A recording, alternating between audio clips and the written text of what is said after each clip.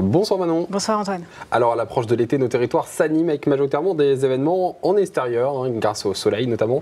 Justement, on débute dans la Marne avec un festival bien connu des amateurs de musique. Et oui, c'est déjà la 7e édition pour le festival de la Tête dans le Fion. 13 concerts sont à retrouver les vendredis 13 et samedi 14 juin, le tout en entrée libre. Chaque année, un art est invité. Cette année, c'est la photographie qui sera mise à l'honneur avec une exposition géante, des animations et quelques surprises durant le festival.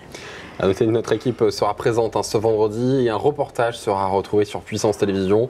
Et restons en extérieur, mais allons donc du côté de la Meuse cette fois-ci, plus précisément à Commercy, avec la fête de la Madeleine. La fête de la Madeleine qui fait son retour donc à Commercy.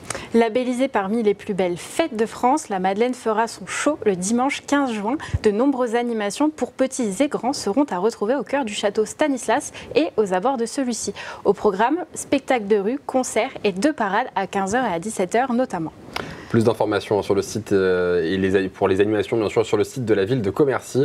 Restons dans la Meuse, pas très loin de Commercy, avec un événement, le Rétro Meuse Auto.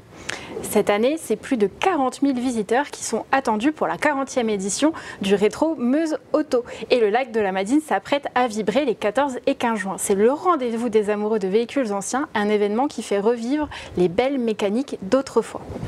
20 000 visiteurs sont attendus effectivement sur place, c'est un événement impressionnant. 4 000 exposants seront également à retrouver tout le week-end. Et revenons en Haute-Marne et allons flâner dans les jardins cette fois-ci. Depuis plus de 20 ans, le ministère de la Culture organise chaque année rendez-vous au jardin afin de sensibiliser et d'ouvrir la nature aux Français. Sur le territoire haut-marnais, plusieurs communes ont ouvert leur jardin aux jeunes élèves, mais également aux habitants. L'occasion pour eux de découvrir le jardin d'une manière originale. Un reportage de Célia Richard. Les jardins, ces parenthèses de nature, souvent façonnées par la main de l'homme. Chaque fleur, chaque pierre, chaque arbre raconte peut-être une histoire. Et pour les mettre en avant, le ministère de la Culture organise depuis 2003 l'événement Rendez-vous au jardin. Cette année, plusieurs villages en Haute-Marne y ont participé. La commune de Poisson, par exemple, proposait une visite du jardin du château de Riaucourt. Pendant 2 demi-journées, les plus curieux ont pu venir admirer les 2 hectares de terrain de ce château du XIIIe siècle, à commencer par les bâtiments historiques. Donc là, nous sommes à l'arrière du château, c'est côté nord, et en fait, toute cette partie permettait de se promener en fait. Donc vous avez une allée qui fait tout le tour comme ça. Et là, nous sommes au pied du séquoia géant. Donc le séquoia a été planté très probablement à l'époque de Napoléon III. C'était en l'honneur de Napoléon Ier.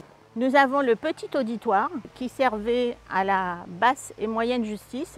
Pour information, à Joinville, il y a aussi un auditoire. Et c'était un auditoire pour la haute justice. Donc ici, ce n'était pas une justice de crime de sang ou quoi, c'était du vol. Donc là, voilà, nous sommes dans le petit auditoire. Donc le seigneur venait là, rendait justice, et les justiciables rentraient par dehors. Le jardin, lui, propose une vaste étendue de verdure et d'arbres. Plus d'une vingtaine d'espèces y sont plantées et fleurissent à différents moments de l'année. Alors, il faut savoir que, en fait, le jardin était un jardin à la française, mais au 19e, en fait, la mode n'était plus du tout au jardin à la française. Et donc, ils ont fait un parc. Donc, le parc a été créé au 19e. Et c'est comme ça que, en fait, ils ont aplani le tout. Et il y a plusieurs essences d'arbres qui ont été plantées très probablement à ce moment-là. Mais rendez-vous au jardin n'est pas réservé qu'à un public adulte.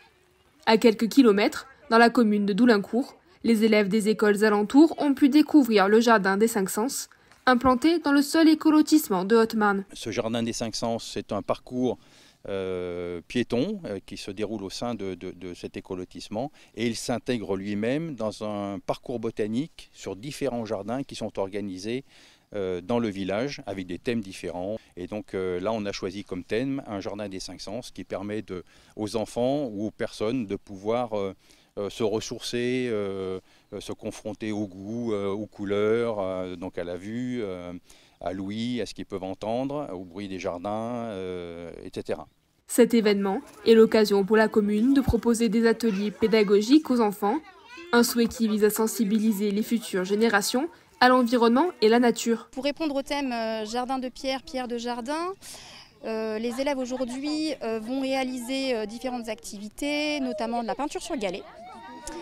Ils vont réaliser aussi des plantations, ils vont fabriquer un petit bonhomme où l'herbe va pousser, donc ça leur plaît beaucoup. On a déjà vu hier le résultat et les élèves étaient très satisfaits de leur création. Ils vont réaliser aussi des plantations, ils vont réaliser des découvertes du jardin, donc ils vont découvrir aussi des plantes à odeur particulière, notamment l'odeur du fromage, l'odeur des huîtres, donc ça va être intéressant pour eux. L'événement reviendra avec un nouveau thème pour une prochaine édition le premier week-end de juin 2026. Et terminons cette chronique avec un événement à l'IME, le Joli Coin de Puellemontier, qui se déroule ce soir dans quelques minutes avec une troupe de théâtre. Oui, chaque année, une dizaine d'adolescents en situation de handicap, accompagnés de leurs éducateurs et d'un metteur en scène, donnent vie à un nouveau spectacle. Cette année, un spectacle burlesque et complètement déjanté sera à découvrir. Un événement à retrouver tout à l'heure à 20h30 au pôle socio-culturel de Montier-en-Der. Et pour ceux qui aiment le sport, bien sûr, n'oubliez pas, ce week-end, dimanche notamment, la Coupe de Haute-Marne sera jouée au stade Charles-Jacquin de Saint-Dizier. Et Puissance Télévision sera en direct à partir de 16h40. Merci Manon pour ces infos de ces idées de sortie. En attendant, n'oubliez pas, bien sûr, d'autres idées de sortie à retrouver sur notre agenda et sur notre site internet et l'application, bien sûr. À bientôt Manon. À bientôt Antoine.